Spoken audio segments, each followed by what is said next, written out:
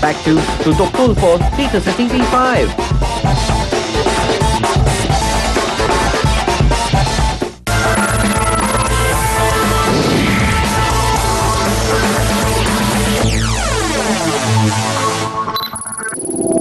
Sa gitna ng tubuhan sa Negros Occidental, isang 6 taong gulang na batang lalaki ang natagpuang walang buhay.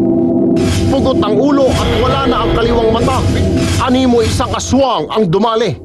Sinabi sa akin ng kapatid ni Joby na ate, si MJ, kinatay siya ng adik.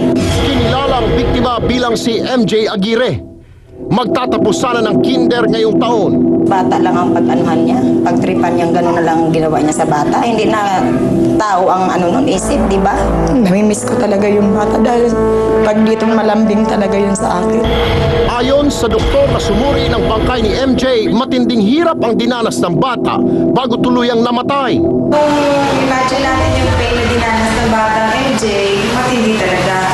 Kasi yung pagkalaslas ng side niya, unti-unti, hindi yung one strike na parang half wound or half na one big blow. Kilalanin ng aswang na lumamon sa buhay ng inosenteng bata na si MJ Aguirre sa susunod na Sabado.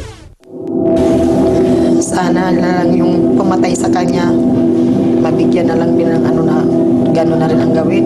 Dahil hindi ko talaga kaya. Mahal na mahal ko yung apo ko na yun.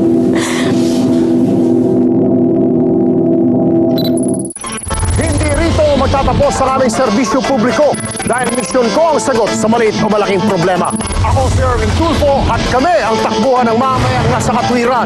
At ito ang tatak ng totoong aksyon na sasagot sa mga kasong nangangailangan ng Tutok Tulfo.